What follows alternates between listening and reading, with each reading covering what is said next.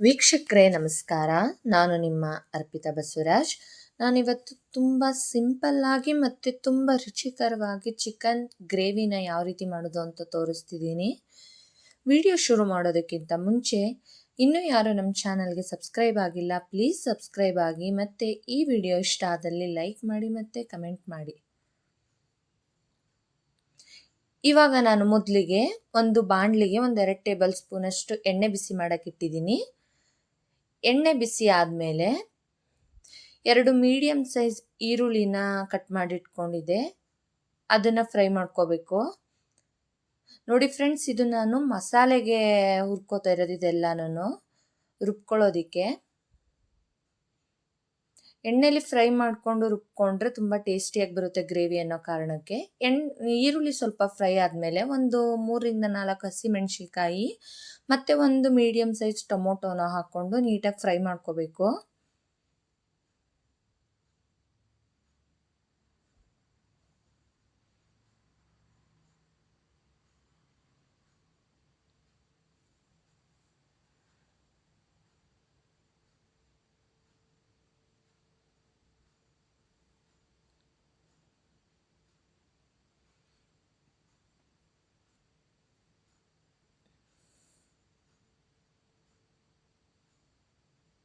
ಇವಾಗ 1 ಗೆಡ್ಡೆ ಬೆಳ್ಳುಳ್ಳಿ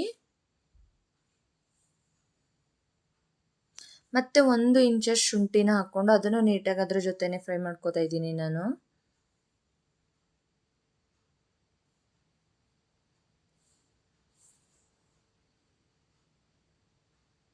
ಮತ್ತು 1-2 ಪೀಸು ಚಕ್ಕೆ, ಲವಂಗ, ಏಲಕ್ಕಿ ಎಲ್ಲನೂ ಹಾಕ್ಕೊಂಡು ನೀಟಾಗಿ ಫ್ರೈ ಮಾಡ್ಕೋಬೇಕು. ನೋಡಿ ಫ್ರೆಂಡ್ಸ್, ಈ ಮಸಾಲೆಗೆ ನಾನು ಕಾಯಿ ಆಗಲಿ ಅಥವಾ ಕಡಲೆ ಆಗಲಿ ಏನೂ ಹಾಕ್ಕೊಂಡಿಲ್ಲ, ಹಂಗೇ ಟೇಸ್ಟ್ ತುಂಬ ಚೆನ್ನಾಗಿ ಬರುತ್ತೆ. ಮತ್ತು ಒಂದು 10ರಿಂದ 15 ಕಾಳಷ್ಟು ಮೆಣಸು ಮತ್ತು ಒಂದು ಅರ್ಧ ಟೇಬಲ್ ಸ್ಪೂನಷ್ಟು ಜೀರಿಗೆನ ಹಾಕ್ಕೊಂಡು ಎಲ್ಲ ನೀಟಾಗಿ ಫ್ರೈ ಮಾಡ್ಕೋತಾ ಇದ್ದೀನಿ ನಾನು.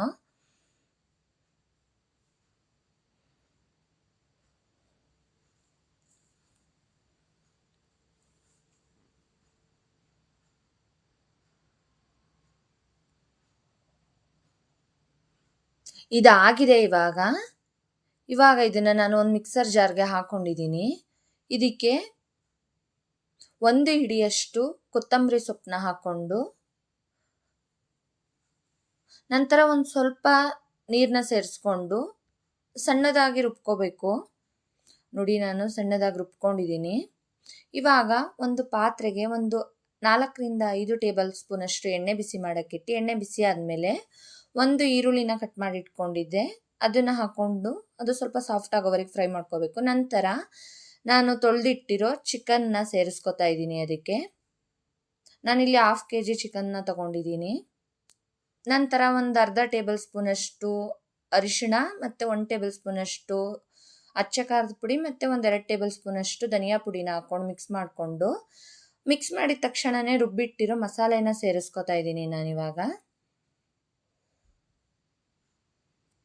ನೋಡಿ, ಎಲ್ಲನೂ ಸೇರಿಸ್ಕೊಂಡೆ, ಎಲ್ಲ ಮಿಕ್ಸ್ ಮಾಡಿಕೊಂಡು ನಂತರ ಜಾರ್ಗೂ ಒಂದು ಸ್ವಲ್ಪ ನೀರನ್ನ ಸೇರಿಸ್ಕೊಂಡು ಅದನ್ನು ಮಿಕ್ಸ್ ಮಾಡ್ಕೋತಾ ಇದ್ದೀನಿ. ಈ ಗ್ರೇವಿ ಅಂತೂ ಅಷ್ಟು ಚೆನ್ನಾಗಿ ಬರುತ್ತೆ. ನೀವು ಒಂದ್ಸಲ ಈ ರೀತಿ ಟ್ರೈ ಮಾಡಿ, ತುಂಬ ರುಚಿಯಾಗಿರುತ್ತೆ ಮಾತ್ರ. ನೀವು ಬೇಕಿದ್ದರೆ ಹಸಿಮೆಣಸಿಕಾಯಿ ಬೇಡ ಅಂದರೆ ಸ್ಕಿಪ್ ಮಾಡಿಬಿಟ್ಟು ಬೇಕಿದ್ರೆ ಅಚ್ಚ ಖಾರದ ಪುಡಿನೇ ಇನ್ನೊಂದು ಸ್ಪೂನ್ ಎಕ್ಸ್ಟ್ರಾ ಹಾಕೋಬೋದು. ನಾನು ಇಲ್ಲಿ 2 ಹಾಕಿದ್ದೀನಿ, ಗ್ರೇವಿ ಟೇಸ್ಟ್ ಚೆನ್ನಾಗಿ ಬರುತ್ತೆ ಅನ್ನೋ ಕಾರಣಕ್ಕೆ.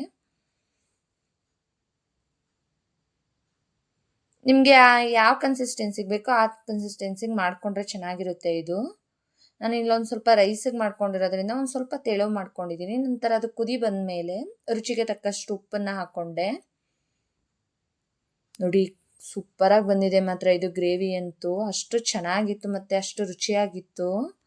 ನೀವು ಒಂದ್ಸಲ ಈ ರೀತಿ ಟ್ರೈ ಮಾಡಿ, ತುಂಬ ಇಷ್ಟಪಡ್ತೀರಾ ಮಾತ್ರ.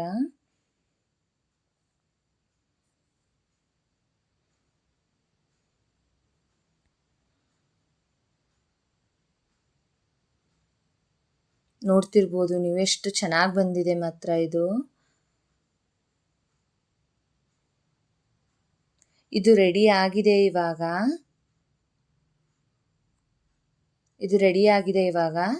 ಇನ್ನೂ ಯಾರು ನಮ್ಮ ಚಾನಲ್ಗೆ ಸಬ್ಸ್ಕ್ರೈಬ್ ಆಗಿಲ್ಲ, ಪ್ಲೀಸ್ ಸಬ್ಸ್ಕ್ರೈಬ್ ಆಗಿ.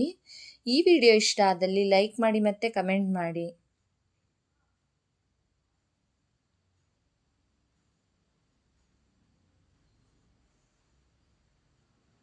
ಓಕೆ, ಮತ್ತೊಂದು ವಿಡಿಯೋದಲ್ಲಿ ಸಿಗೋಣ. ಓಕೆ, ಬಾಯ್ ಬಾಯ್.